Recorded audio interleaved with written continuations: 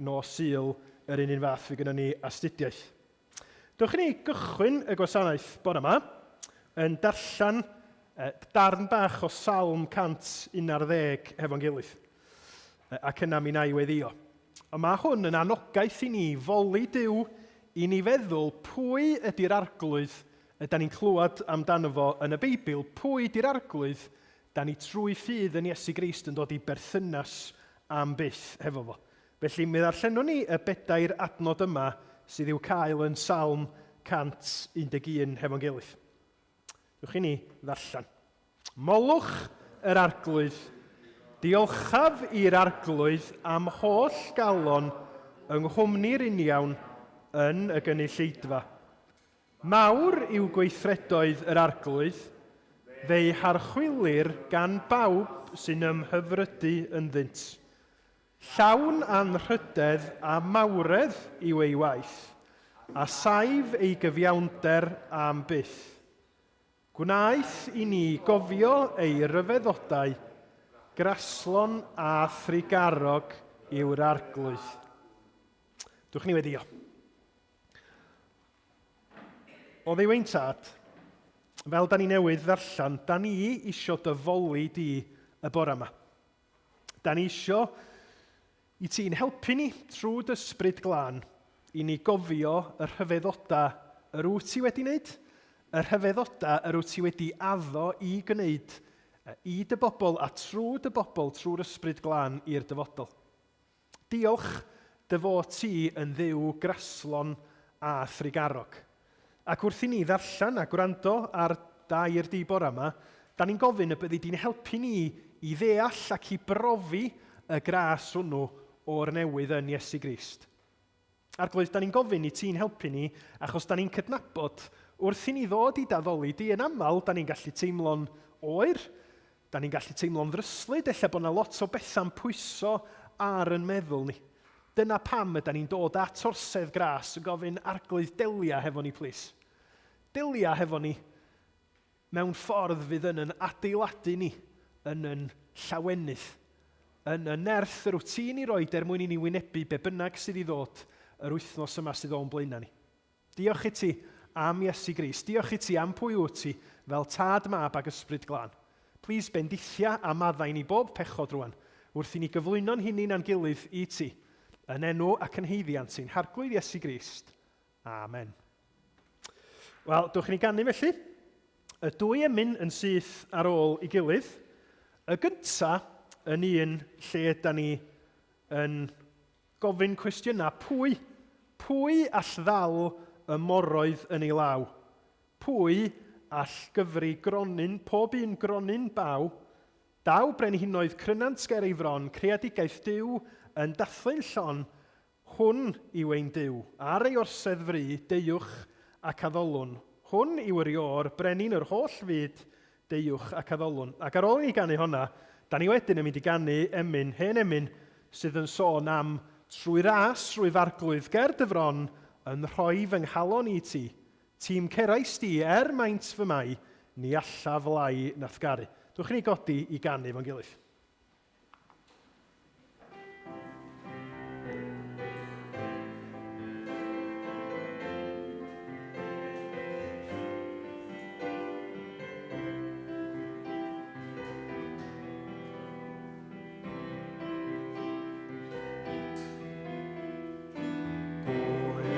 Ddal y moroedd yn ei law, pwy all gyfri bob un gronyn baw, daw brenhinoedd crynant ger ei fron, creadigaeth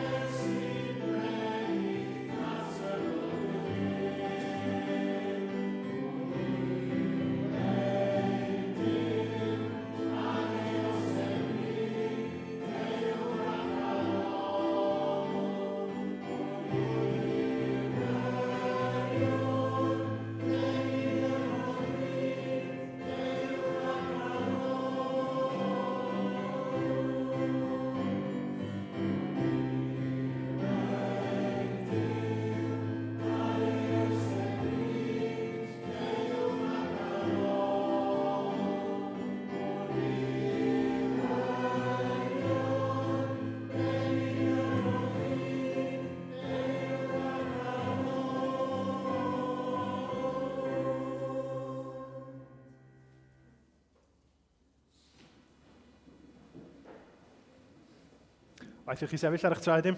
Da ni'n mynd i ganu eto wan.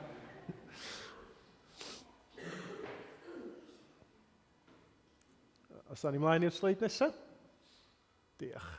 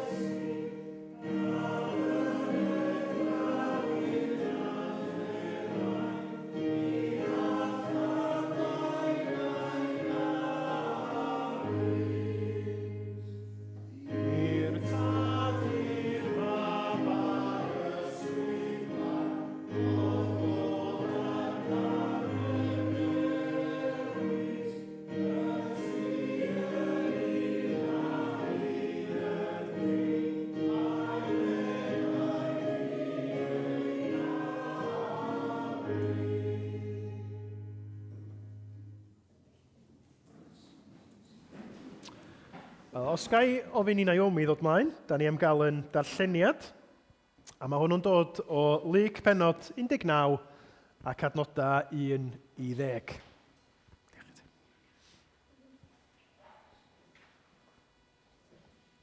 Lyc 19. Yr oedd wedi dod i mewn i Jericho ac yn mynd drwy'r dref. Dyma ddyn yr enw Sacheus, un oedd yn brif gasglwyr trethu ac yn ŵr cyfoethog, yn ceisio gweld prin oedd Iesu. Ynd yr oedd yno ormod o dyrfa ac yn tain ddyn byr. Rhedodd ymlaen a dringo sycam ar wydden er mwyn gweld Iesu. Oherwydd yr oedd ar fynd heibio y ffordd honno. Pan ddaeth Iesu at y fan, edrychodd i fyny a dweud wrtho, Sacheus, ti di lawr ar deinion, y mae rhaid i mi aros yn y dyd i heddiw. Daeth ef i lawr ar ei union a'i grisawu yn llawen. Pan welsant hyn, dechreuodd pawb rwgnach ymhlith ei gilydd gan ddweud, y mae wedi mynd i letia as dim ddyn pechadurus. Ond safodd Sacheus yno ac meddai wrth yr arglwydd, dyma hanner fy eiddosyr yn rhodd i'r sydion. Os mynnais arian ar gam gan neb, fe talaf yn ôl 4 gwaith. Heddiw, meddai Iesu wrtho, daeth iachadwriaeth i'r tŷ hwn, oherwydd mab i Abraham yw'r gŵr hwn yn tai. Daeth mab y dyn i geisio ac i achub y cychedig.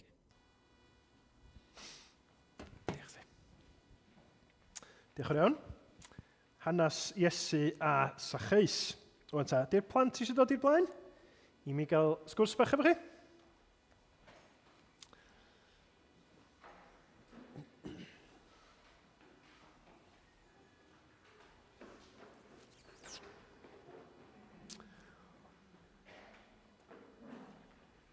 O'n i di meddwl deud wrthych chi am wrando aslyd ar y stori a wedyn gwneud quiz i chi ar hanes Iesu a Sacheus. A wedyn eisiau fel, ella bod ti bach yn gynnar yn bora a bod chi'n cweith di deffro eto. O na, dach chi di deffro dal am dach chi'n effro, nech? Nech? Iawn. O gan bod chi'n effro ta, be am i ni wneud quiz chydig bach yn wahanol? Iawn?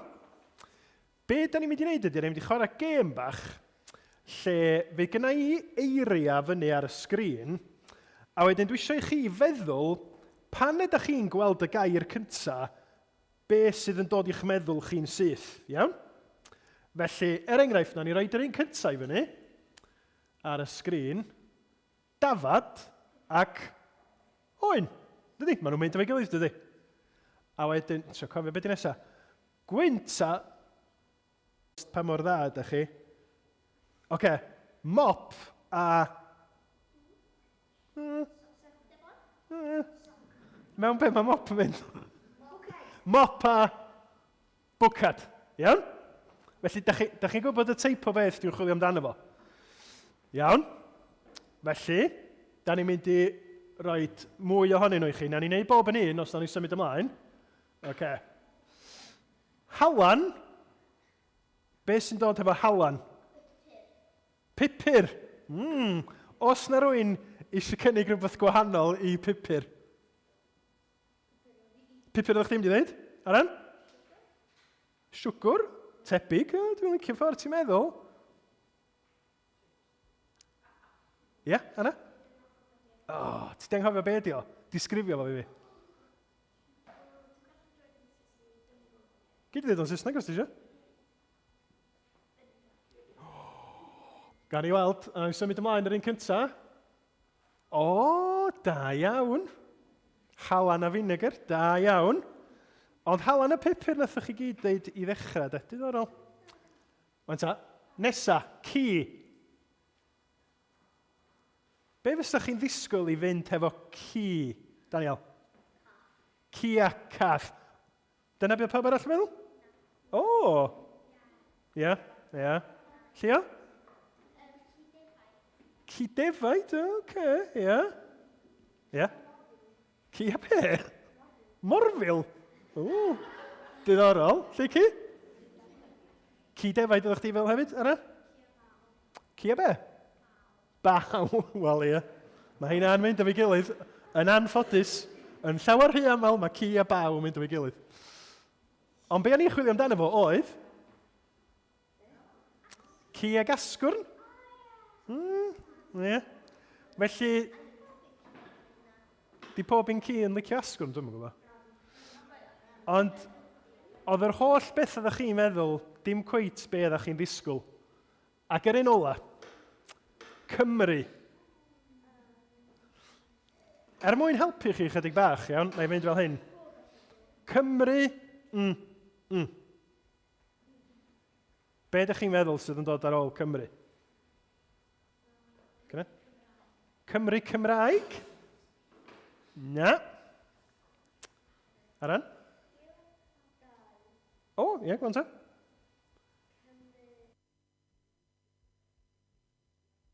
Cymru a Lloegr, oce. Be ydy'r slogan da ni ddeud? Cymru am byth? Na i ddangos chi be o'n i chwilio amdano fo. Cymru, Lloegr a Llanrwst. Mae o'n ddywediad. A mae hi'n gan. Wan ta. Rhag ofn i chi feddwl beth sy'n bod ar Rhodri pam bod o'n chwarae gema geiriau a rhyfedd. Y pwynt o'n i eisiau gwneud oedd, hefo'r gem yna i gyd, oeddech chi yn disgwyl ateb arbennig yn dydych. Oedd pawb ohonan ni siŵr o fod wrth feddwl am ci yn meddwl ci a cath. Wrth feddwl am halan yn meddwl halan a pupur achos maen nhw'n naturiol yn mynd efo'i gilydd. A weithiau, da ni'n gallu disgwyl pethau na meddwl o fel na mae pethau mynd i fynd, pan ydyn ni'n meddwl am sut mae Duw yn gweithio hefyd. Mae siŵr bod Duw yn mynd i garu y bobl yma. Mae Duw yn mynd i garu y bobl sydd yn gwneud pethau da. Ond pan ydyn ni yn gwrando ar yr hanes nath Naomi ddarllen am Iesu yn mynd mewn i Jericho, nid y peth oedden ni'n ddisgwyl nath ddigwydd na ci. Nath Iesu Grist fynd at pwy? Ond na lot o bobl yn Jericho. Nath o fynd at Sacheis. Oedd Sacheis yn ddyn neis, da chi'n meddwl? Yn ddyn clen? Na, goedd. Be oedd ei waith o? Ie, Aran? Casgwr trethu. Ac yng nghyfnod Iesu Grist, oedden nhw, ym mhob cyfnod, dydy casgwr trethu ddim yn boblogaidd iawn. Ond yng nghyfnod Iesu Grist, oedden nhw'n cael ei gweld fel bobl oedd wedi bradychu i gwlad a'i crefydd i fynd i hel pres i'r gelyn. Felly, mae Iesu Grist yn mynd at Sacheis. Mae'n mynd i dŷ Sacheis. Ac os awn ni mlaen i'r adnod nesaf, na ni'n gweld tua diwedd yr hanes, mae Iesu Grist yn dweud, mae yna achubiaeth wedi dod i dŷ Sycheis. Sycheis ydy'r dyn annisgwyl sydd wedi derbyn cariad neu gras Duw trwy Iesu Grist. Dim y bobl da ni'n ddisgwyl, ond y bobl annisgwyl. Ac yn y Beibl mae hynna'n digwydd trwy'r amser. A mae'n cael ei ddisgrifio fel gras Duw. A mae'n i weld ar ei fwyaf clir yn Iesu Grist. Mae Iesu Grist yn caru pobl, yn dangos gras at bobl annisgwyl. A dyna da ni'n mynd i fod yn siarad amdano fo yn ystod gweddill y gwasanaeth. Dydy Iesu Grist ddim yn caru neu ddim yn dangos gras yn y ffordd da ni'n meddwl, ond yn aml mewn ffordd annisgwyl, sydd yn beth hyfryd i chi a fi. Achos mae o'n yn yr Efengil, yn y newyddion da, ydy'r ffaith bod o'n cynnig ei hun i bobl, diolch ots be maen nhw wedi wneud, i ddod ac i gael bywyd, i gael achubiaeth trwy be mae o wedi wneud ar y groes. Diolch i chi, diolch am fod yn effro, ac am atab yn dda. Wan, nawn ni ganu emyn, a wedyn gach chi fynd trwodd i'r ysgol Sul wedyn, iawn? Diolch yn fawr iawn i chi. A nawn ni canu yr emyn sydd yn annog pobl ddew i foli Iesu Grist. Dewch bobl Crist, cyfododd ef, canwn fawl i'n brenin byw. Yn gor feseiniwn gan o glod, i'n harglwydd ni a'n Duw. Lan o'r ddeiar las i'r nefoedd wen, codwn ein hedrychiad fri, ei freichiau sydd yn estyn mas i'n cynorthwyo ni. Dewch i ni ganu.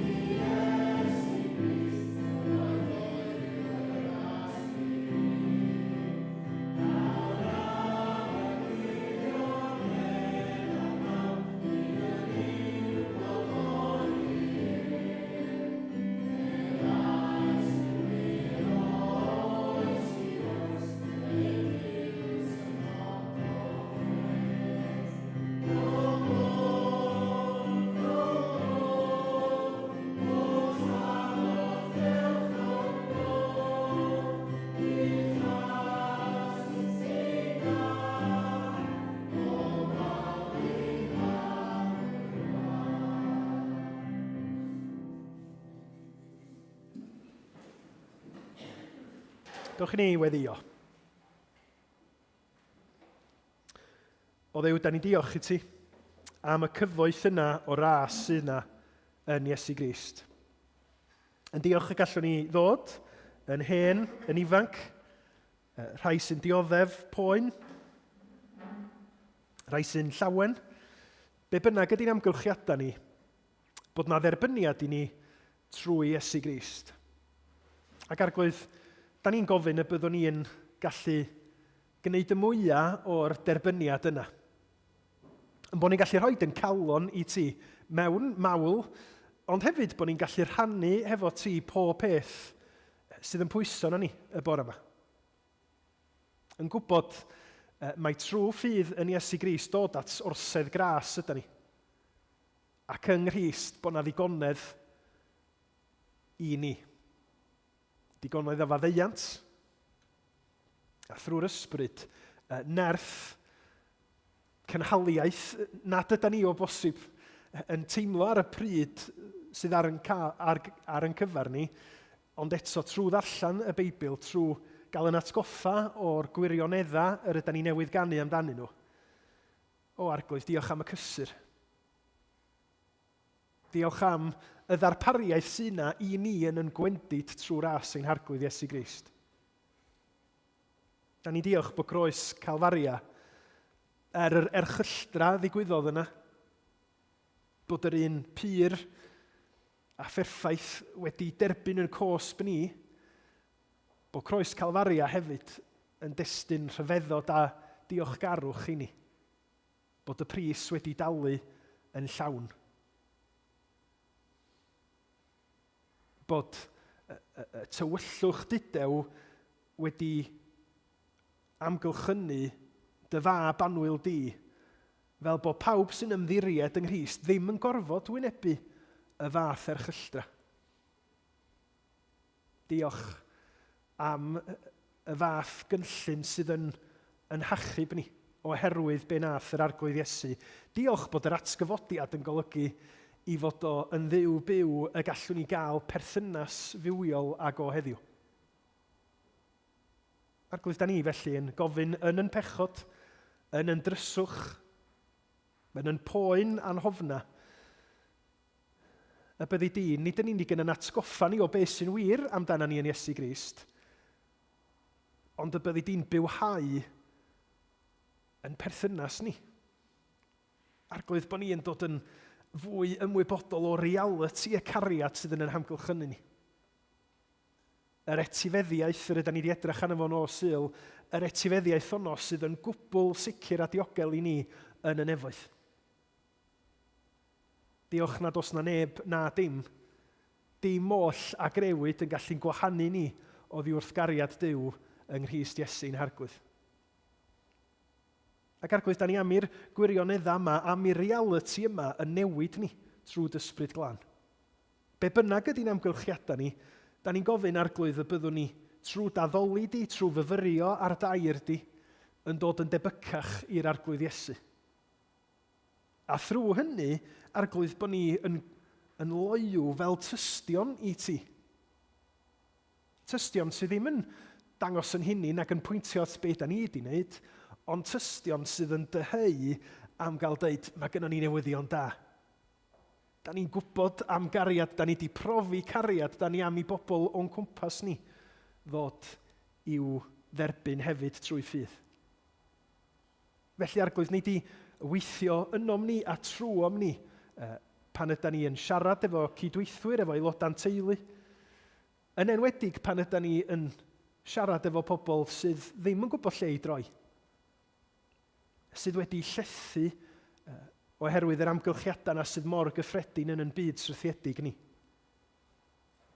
O Dduw ein tad, wrth i ni edrych ar y newyddion, da ni cael yn atgoffa gymaint o boen, gymaint o ddinistr sy'n yna.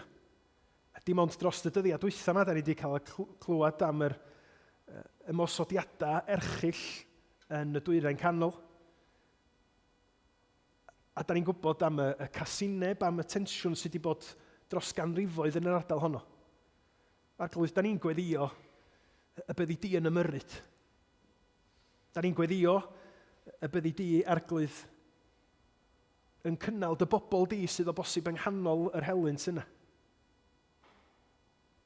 A da ni hefyd arglwydd yn gofyn y byddi di'n atgyfnerthu yn gobaith ni y bydd na heddwch go iawn ar draws y greadigaeth un dydd oherwydd gwaith gorffenedig Danwyl fab.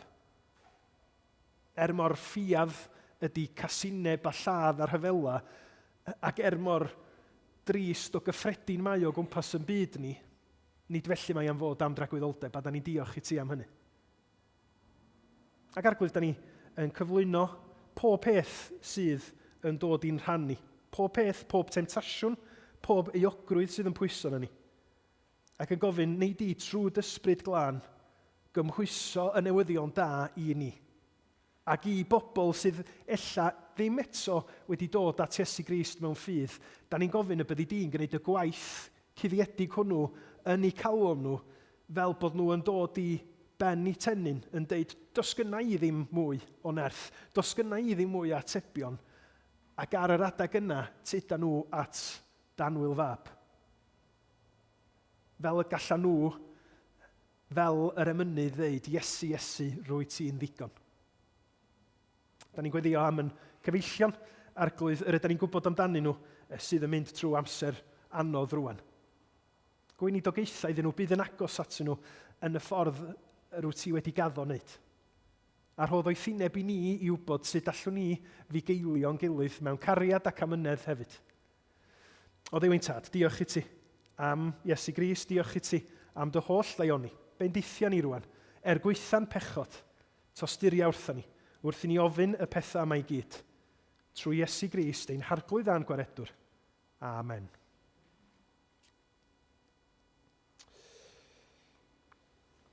Wel, os dwytha, o'n i'n Aberystwyth. Ac oherwydd bod fi'n Aberystwyth, mi gymrodd i tan ganol yr wsnos i mi ddal fyny hefo'r gwasanaeth oedd yn cael ei gynnal yma. A diolch fawr iawn i Dafydd am y gwasanaeth ac am y bobl yn y cefn sydd wedi bod yn gwneud o'n bosib i ni ddal fyny hefo gwasanaethau am pa bynnag reswm. Ac o'n i wedi mwynhau yn arbennig y stori plant. Y stori plant, os da chi'n cofio, os dwytha, oedd yn dangos eicona gwahanol ac yn gofyn i'r plant be mae'r eicona yna yn gynrychioli. Ac wrth i fi wrando ar y stori plant, nes i feddwl, piti am yr oedolion. Da chi'n wedi cael cyfle i gael cwis bach, felly nes i feddwl, sy'n ni bod yn glen hefo chi, a dim gwneud yr un cwis, ond dangos chydig bach o bethau i chi a gofyn ydych chi'n gwybod be di'r peth yma. Iawn? Does ddim gwobr, sori, na i ddeud wrthych chi reit ar y cychwyn, i fod yn deg, does ddim gwobr, ond tybad, ydych chi'n gwybod be ydy yr arwydd ffordd cyffredin cyntaf yma. Iawn? Nawn ni roed y fyny, wel, y ddau yma. Os na rwy'n yn gallu deud wrtho fi, be mae'r arwydd ar y chwith yn ei ddeud? Yn arwydd, da chi gyd di weld, dwi'n siŵr? Ac os da chi di pasio'ch test, mae'n arwydd da chi fod i wybod be mae o yn gynrychioli. Mae o'n edrych felly, dydi? Dim gwneud stunts ar fot y beic. Na, ddim cweit. Dim pasio, na. Mae o'n gwahardd rhywbeth. Wel, mae dim mynediad yn arwydd gwahanol. Dim mynediad i geir neu moduron ydi o. Yeah. Felly, os chi'n cymryd y beic, ond dim y car neu motorbeic ydy'r un ar y chwith. Da iawn. O'n i'm yn siŵr iawn, mae'n rhaid i fi gweld. Be am yr un ar y dde? Dwi wedi gweld lot o hyn. Genna i ddim clem be di o. Da iawn. Dim stopio. Yn Saesneg, clear way ydi o. Mae'n rhaid i'r lle gwelwch chi'r arwydd yna, does gennych chi ddim hawl stopio o gwbl. Dim hyd yn oed i bigo rwy'n fyny, hynny di, mae rhaid i'r ffordd fod yn glir, clear way. Yr unig esgus dwi'n meddwl di ys da chi wedi torri lawr, medda yr highway code, ond dyna di o, gwaharddiad rhag stopio ar unrhyw gyfri. Da iawn chi, arbennig. Dwi'n impressed iawn efo chi. Wan, yr rheswm pam o'n i eisiau rhaid yr arwyddion yna i fyny oedd, maen nhw'n arwyddion, mae mwyafrif ohono ni yn gyfarwydd â nhw. Ynddi? Da ni wedi gweld nhw, fwy nag unwaith dwi'n siŵr, ond cwestiwn gwahanol ydy, ydyn ni'n gwybod yn iawn be ydyn nhw'n de? A dwi am awgrymu wrthych chi bod hynny'n wir i ni am nifer o bethau gwahanol hefyd. Bod ni'n gyfarwydd â pethau, ond o bosib, da ni'n cweit wedi cymryd yr amser i ystyried go iawn be ydy'r ystyr. A dwi'n mynd i fentro bod y sleid nesaf yma na i ddangos yn esiampl o hynny. Geiriau, mae pobl sy'n siarad Cymraeg ers canrifoedd wedi clywed ac yn gyfarwydd â nhw, ond o bosib ddim wedi meddwl yn ddwys be yn union mae'r geiriau yma yn ei olygu. Geiriau sy'n cael ei deud mewn capel, mewn eglwys, mewn ysgolion, yn gyson. Ond ydyn ni wir yn gwybod be ydyn ni'n ddeud os ydyn ni'n cydadrodd y fendith fel fysyn ni'n ei galw hi, y geiriau yma sydd yn dod reit ar ddiwedd ailythyr Paul at y Corinthiaid. Os di Duw yn caniatáu, be fysyn ni'n licio wneud, disyl yma a'r 2 ddisyl nesaf, ydy edrych ar yr weddi yma, neu yr ffarwel yma mae'r apostol Paul yn ei roed ar ddiwedd i lythyr, i'n helpu ni i fyfyrio ar be mae gras ein harglwydd Iesu Grist, cariad Duw a chymdeithas yr Ysbryd Glân yn olygu yn y cyd-destun yma Paul wedi ddeud o, ond hefyd i ni. Mae hi'n weddi arbennig yn dydi. Mae lot gwell na tasach chi'n gorffan llythyr hefo tata neu hwyl. Mae o'n mynegu cyfoeth y ffydd Gristnogol yn dydi. Yn cynnwys y drindod, sanctaidd, y tad, y mab a'r Ysbryd Glân, a mae hi'n weddi lle mae Paul yn deud, dwi isio i hyn fod yn wir i chi. Ac felly, yn weddi hyfryd i ni fel Cristnogion fod yn weddio am Gristnogion eraill.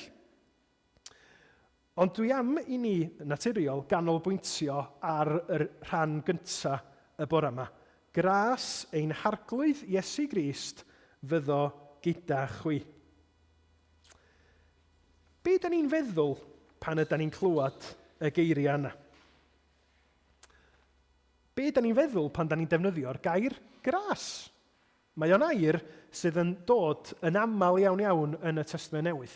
Mae'r apostol Paul yn defnyddio'r gair gras yn gyson fwy nag unrhyw awdur arall. A mae o'n air yn ôl arbenigwyr sydd yn allweddol i ni ddall Cristnogaeth yn iawn, i ni ddall negas fawr y Beibl am sut mae Duw yn ymwneud â ni fel pobl. Da ni'n mynd i ganolbwyntio ar ras ein harglwydd Iesu Grist, ond mae rhaid ni gofio, pan da ni'n meddwl am y geiriau yma, dydy Paul ddim fel tasa fo yn rhoi fformula ddiwinyddol theoretical. Mae o'n deud rhywbeth mawr yn ddiwinyddol, ond nid dyna'i bwrpas o'na ci. I bwrpas o ydy gweddio a deud, dwi eisiau i chi, Gristnogion, brofi reality y pethau yma yn eich bywydau. Felly, be da ni'n mynd i wneud y bore yma ydy ystyried gras ein harglwydd Iesu Grist mewn sefyllfa go iawn. Da ni'n mynd i feddwl am ras ein harglwydd Iesu Grist, os liciwch chi, trwy sbectol bywyd go iawn sachais a Iesu Grist.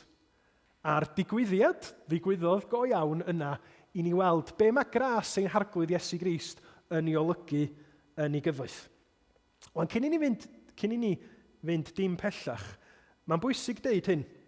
Pan mae Paul yn deud gras ein harglwydd Iesu Grist, cariad Duw a chymdeithas yr Ysbryd Glân, be di o ddim yn deud ydy bod gras mond yn Iesu, a bod cariad mond yn yw y tad. Naci? Achos mae Iesu Grist yn caru. Da chi'n gallu cael cymdeithas hefo Iesu hefyd. Na, be mae o'n neud ydy delio hefo'n profiad ni fel Cristnogion.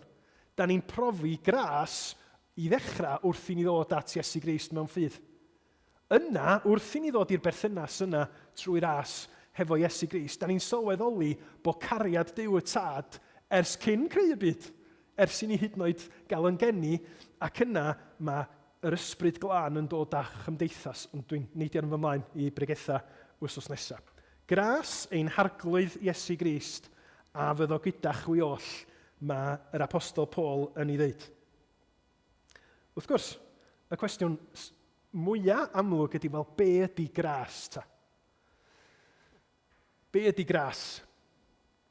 Wel, mae gras yn disgrifio sut mae Duw yn ymwneud yn benodol a phechaduriaid.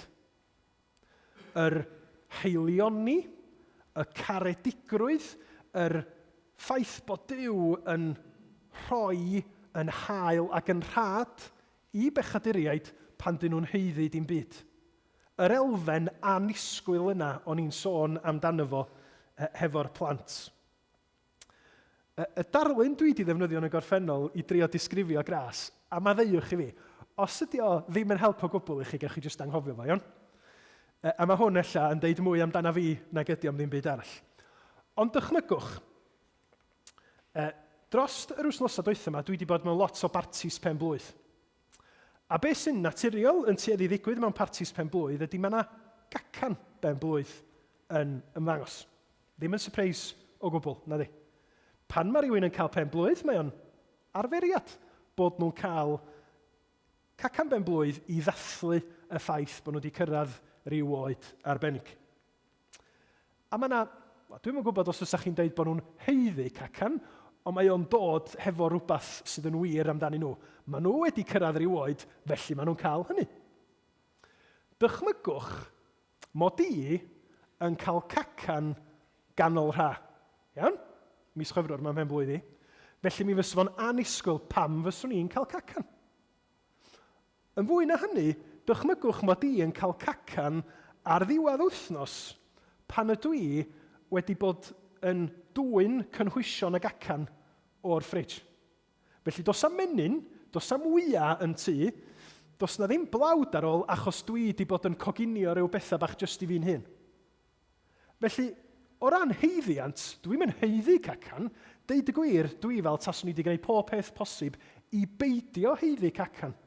A wedyn, achos bod, ddydwn ni a Gweno sydd wedi gwneud cacan i fi, achos bod Gweno yn dymuno rhoi rhywbeth hyfryd i mi, just achos hynny, mae'n gwneud cacan. Be fysa hynny? Ond gras. Ffafr neu'r hodd gweitha be dwi'n ei heiddi, ynde. Mae gras yn y Testament Newydd yn dangos bod Duw yn rhoid, yn bendithio, yn achub gweitha'r ffaith bod na neb o hwnna'n ni'n heiddi yr hodd hwnnw. Mae gras Duw yn hardd. Mae o dros ben llestri, mae o'n anisgwyl. Ac wedyn, wrth gwrs, mae o yn cael ei ddisgrifio hefyd i sôn am yr holl bethau sydd yn deillio o'r rhodd hwnnw, y bendithion sydd yn dod i ni yn Iesu Grist. Felly, dyna ydy fy narlu ni i helpu ni feddwl am ras. Fel o'n i'n deud, os di'n help, gwych, os di ddim, darllenwch lyfr fydd yn rhoi disgrifiadau gwell o ras. Ond, pan ydyn ni'n meddwl am yr adnodau yma, gras ein harglwydd Iesu Grist, y peth cyntaf dwi isio i ddeud ydy bod gras yn dod trwy Iesu Grist. Mae Duw yn dduw llawn gras, ond yn profiad ni, wrth i ni feddwl am gariad a gras Duw, mae o'n dod i ni, mae o'n cyrraedd ni yn yr arglwydd Iesu Grist i hyn. Ond ella bych chi'n meddwl, mae hwnna'n bwynt ofnadwy o amlwg. Mae o, ond mae o'n bwynt pwysig. Achos mae gras Duw i weld trwy'r Beibl i gyd, a mae Duw yn dangos gras, yn dangos heilioni tuag at bobl, os ydyn nhw yn credu neu'n gwrando arno fo neu ddim. Mae Iesu Grist yn deud bod Duw yn gadael i'r glaw ddisgyn ar y cyfiawn a'r anghyfiawn. Mae pobl sydd ddim yn dangos unrhyw ddiddordeb yn yr efengil yn cael bendithion gan Dduw yn dydy. A maen nhw hyd yn oed yn dangos elfen o ddaioni Duw yn ei bywydau hynny. Mae'n un esiampl sy'n dod i fy meddwl i. Meddyliwch am bobl fel y maffia. Iawn? Maen nhw yn bobl sydd yn gwneud pob math o ddygyoni, yn dydyn. Yn camdrin, yn torri cyfreithiau, yn ymosod ar bobl, yn twyllo. Pob drygioni posib mae'r maffia yn enwog am ei gwneud nhw. Ond, maen nhw hefyd yn caru i mama ac yn ofalus iawn o'i teuluoedd. Chymod, be di hynna? Wel, gras cyffredinol Duw hyd yn oed i bobl sydd ddim yn dangos unrhyw ddiddordeb yn yr efengil neu dangos cariad ac ufuddod i Dduw mewn ffordd arall. Ond eto, maen nhw'n profi rhywbeth o ddaioni Duw, gras cyffredinol. Ond mae gras ein harglwydd Iesu Grist yn ras arbennig. Achos trwy ras ein harglwydd Iesu Grist, da ni'n profi bendithion neilltuol Duw i'r bobl mae o mewn cyfamod â nhw. Y bobl mae o am ei mabwysiadu i fod yn bobl iddo fo ei hun, yn blant iddo fo ei hun. A da ni'n clywed am y ffaith bod gras i weld fwyaf neilltuol yn Iesu Grist ym mhenod gyntaf Efengil Ioan yn dydyn. Chi'n cofio y bennod gyntaf gyfoethog honno sydd yn sôn am y gair, ac yna adnod 14, a daeth y gair yn gnawd a phreswylio yn ein plith yn llawn gras a gwirionedd. Gwelsom ei ogoniant ef, ei ogoniant fel unig fab yn dod oddi wrth y tad, ac yn adnod 16, eto'n sôn am Iesu Grist, o'i gyflawnder ef, yr ydym ni oll wedi derbyn gras ar ben gras. Mae gras ein harglwydd Iesu Grist yn ddaioni Duw yn dod i ni ym mherson Iesu. A'r rheswm pam dwi eisiau pwysleisio hynny ydy, yn tuedd ni yn aml ydy bod ni da ni isio y pethau da, neu da ni isio'r rhoddion, ond da ni'n tueddu anwybyddu yr rhoddwr. Da ni isio bendithion gras Duw, ond da ni'n aml yn colli golwg ac yn anghofio bod hynny ond yn dod yn y berthynas honno a'r arglwydd Iesu ei hun. A mae yna rhywbeth trist yn hynny. Mae yna rhywbeth hyll mewn deud, dwi'n licio'r maddeuant dwi'n gael trwy Iesu Grist, dwi'n licio y nerth dwi'n gael gan yr ysbryd glân, ia, mae eisiau fi gofio Iesu Grist hefyd. Na. Mae o'n ras sydd yn dod yn Iesu Grist. Deud y gwir, Iesu Grist ydy y rhodd penna, ac felly da ni drysori Crist ar hyn mae o di roed a peidio gwahanu nhw oddi wrth ei gilydd. Sawl gwaith da chi wedi gweld mewn rhaglen comedi, dau ffrind, a mae un ffrind isio plesio'r llall ac yn prynu 2 docyn iddyn nhw i sioe. A mae'n rhoi y 2 docyn yn dweud, dwi wedi prynu 2 docyn i ti fynd i'r cyngerdd yma, i'r band neu i'r canwr wyt ti'n fwynhau. Dyna ti. A mae'r ffrind yn mynd, waw, gwych. A mae'r ffrind sydd wedi rhoi yr anreg yn dweud, gobeithio na fi sy'n cael dod.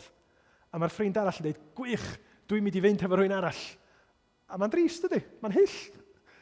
Achos fysa chi'n gobeithio bod gwerthfawrogi'r rhodd a gwerthfawrogi'r rhoddwr yn dod efo'i gilydd. Pan da ni'n meddwl am ras ein harglwydd Iesu Grist, peidiwch a meddwl am bethau, meddyliwch am waredwr.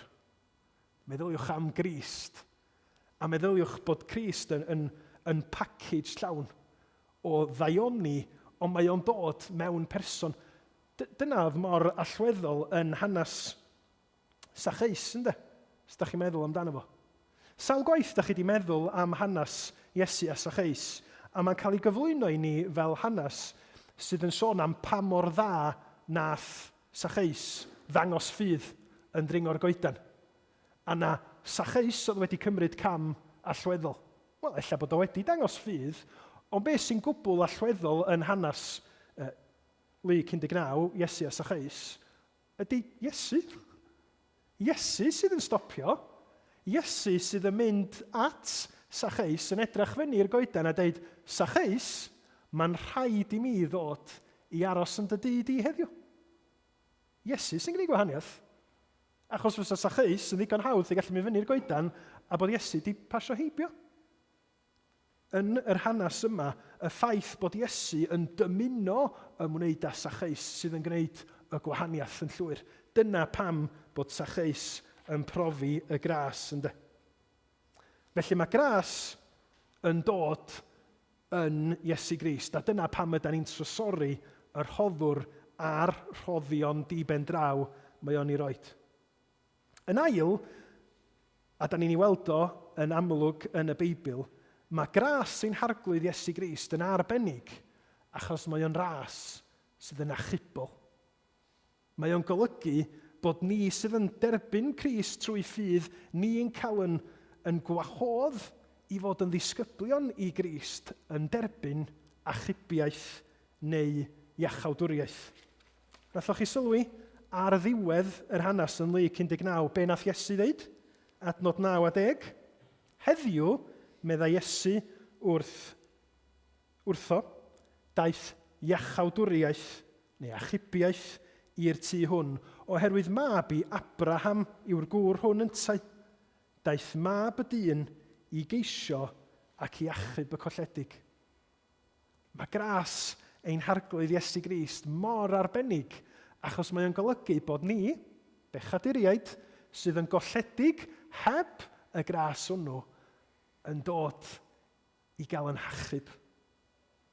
A'r gras yna sy'n gwneud gwahaniaeth, yr heilioni, yr hyn mae Crist wedi wneud wrth ddod ata ni i'r byd, wrth fynd i'r groes, ynde.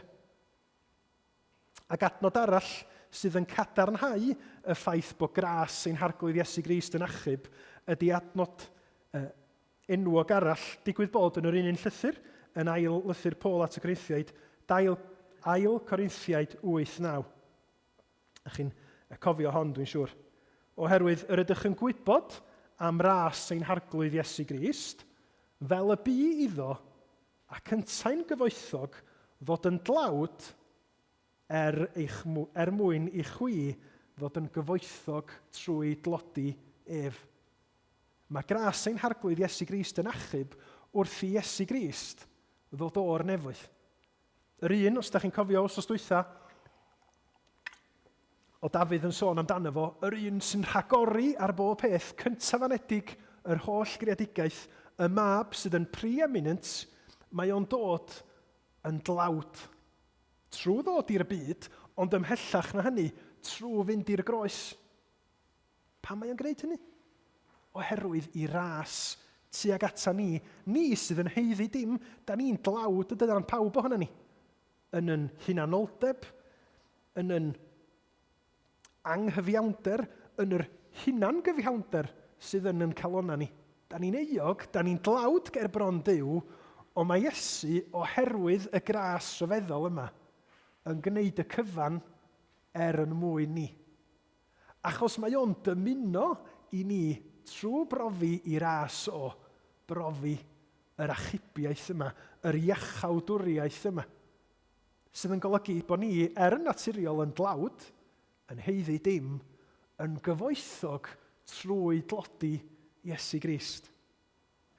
Emyn enwog yn sôn am Iesu ar y groes, gras a chariad megis diliw, yn ymdywallt ymanghyd a chyfiawnder pur a heddwch yn cusanu euog fyd.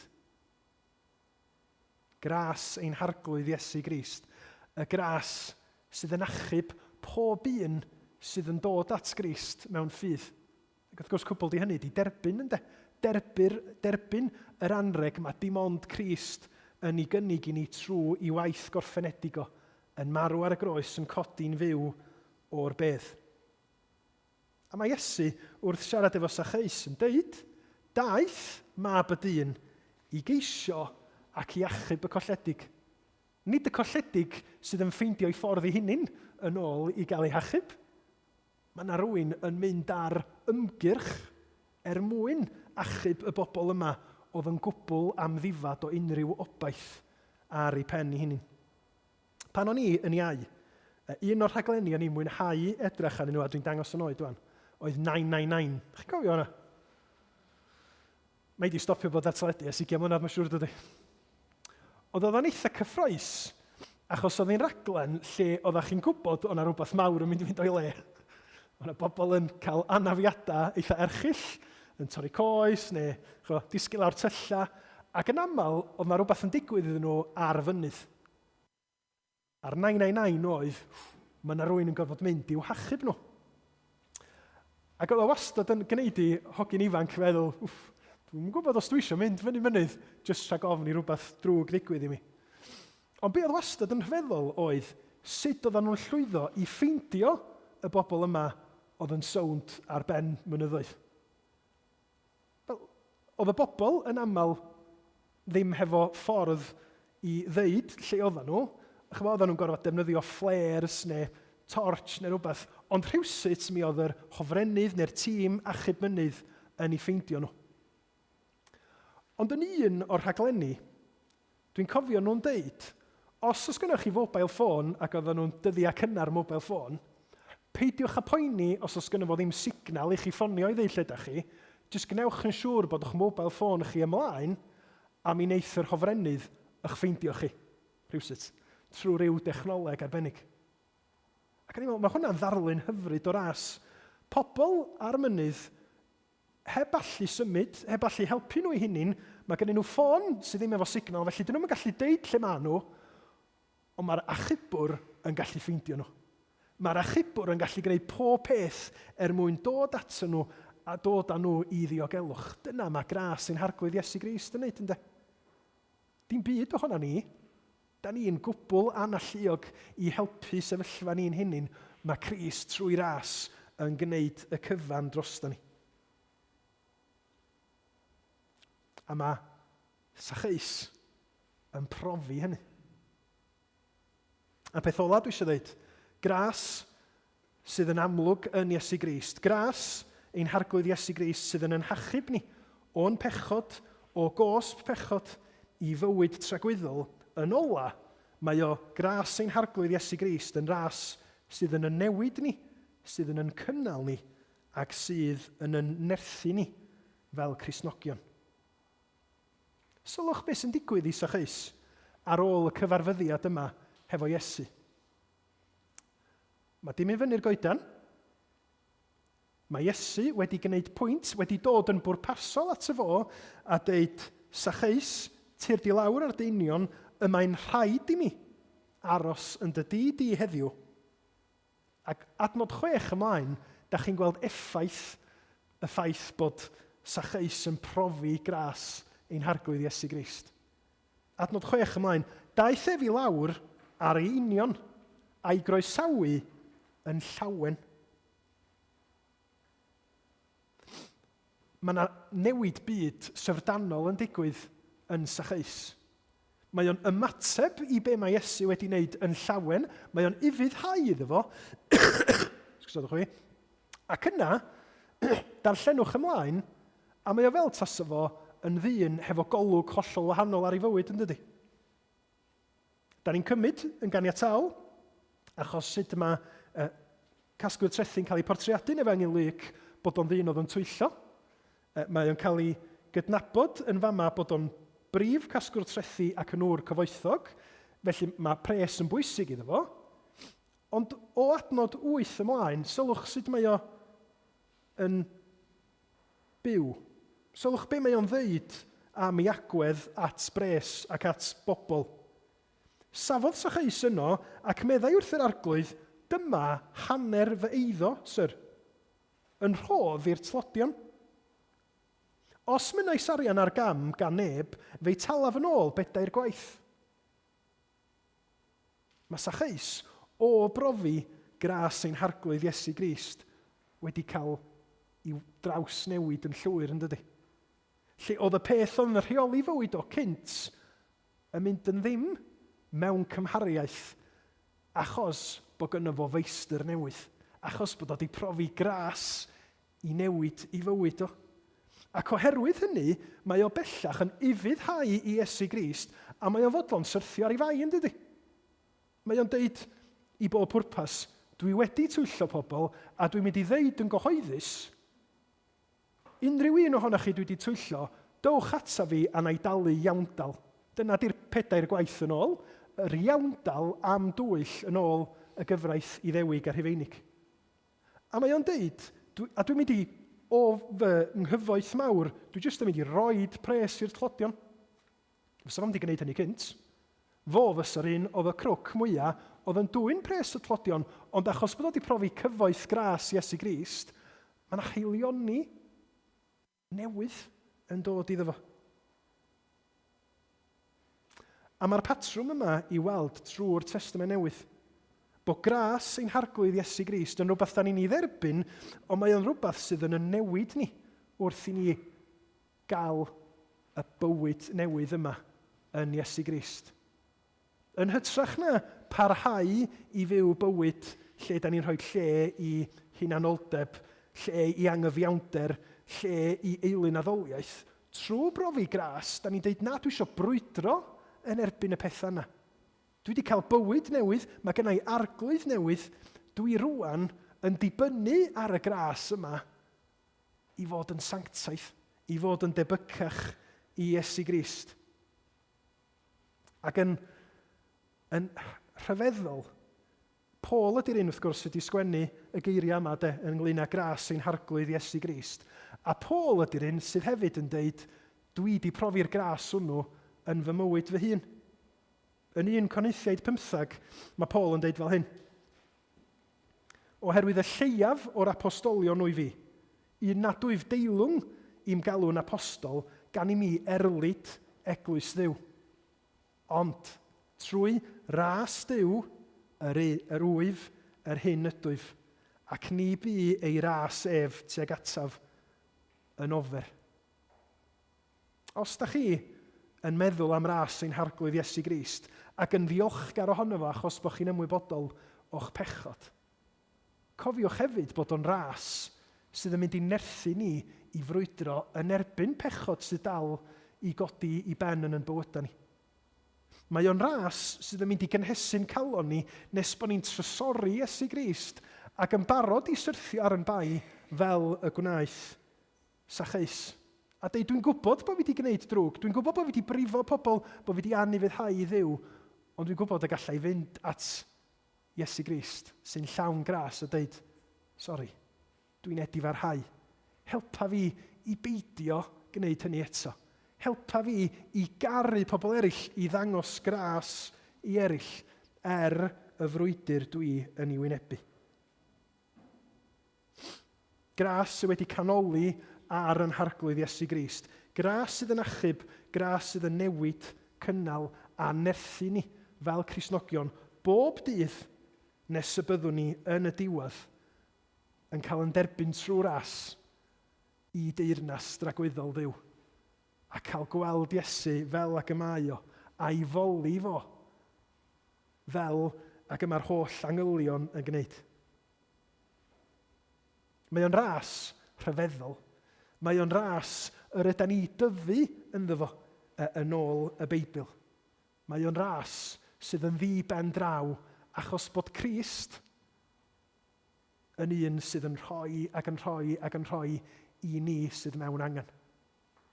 Dwi am orffan hefo dyfyniad enwog gan John Newton i fod yn gysur i ni. John Newton, wrth gwrs, oedd y dyn sgwennodd yr emyn enwog Amazing Grace.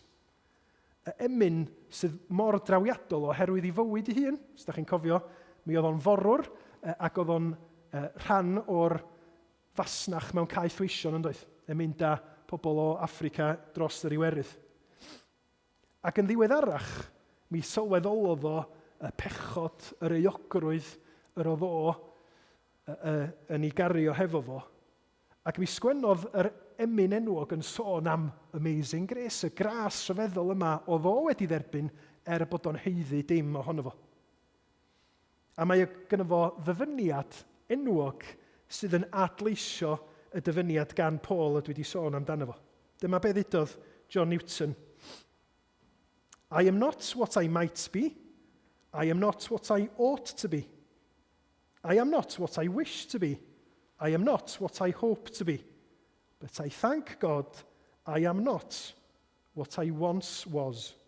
And I can say with the great apostle, By the grace of God, I am what I am. A mae hynny'n wir am bob un ohono ni sydd wedi ymatab i'r as ein harglwydd Iesu Grist mewn ffydd. Wedi profi Crist yn waredwr i ni a derbyn yr iachawdwriaeth honno. Da ni ddim yn berffaith. Da ni ddim fel ydyn ni'n dymuno bod, ond da ni ddim yr pobl oeddan ni. Pam? Achos gras ein harglwydd Iesu Grist. Ac wrth i ni ddod yn ôl at y fo, dro ar ôl tro, mi fydd i'r as o yn gwneud i waith yno ni. I'n atgyfnerthu ni, i'n sancteiddio ni, i newid ni'n debycach i Iesu Grist ddydd ar ôl dydd. Clod i'w enw. Amen. A da ni am orffan yn canu am yr hyn mae'r arglwydd Iesu wedi wneud trwy'r as. Yn marw ar y groes, a'r achubiaeth, yr iachawdwriaeth sydd wedi dod i ni trwy y gras hwnnw.